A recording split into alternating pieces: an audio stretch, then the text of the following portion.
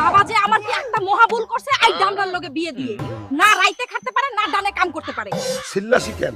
কি হইছে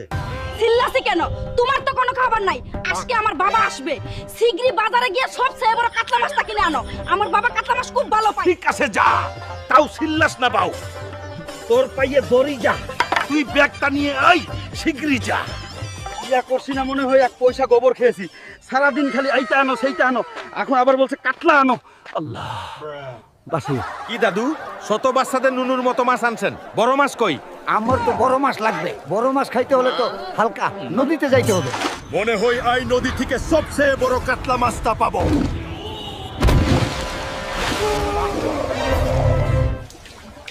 ও বউ বাউ দেখ তোর বাবার জন্য কত বড় কাতলা মাছ এনেছি এত বড় মাছ তোর বাবা কেন তোর নানা মানে তোর বাবার বাবা সেও দেখেনি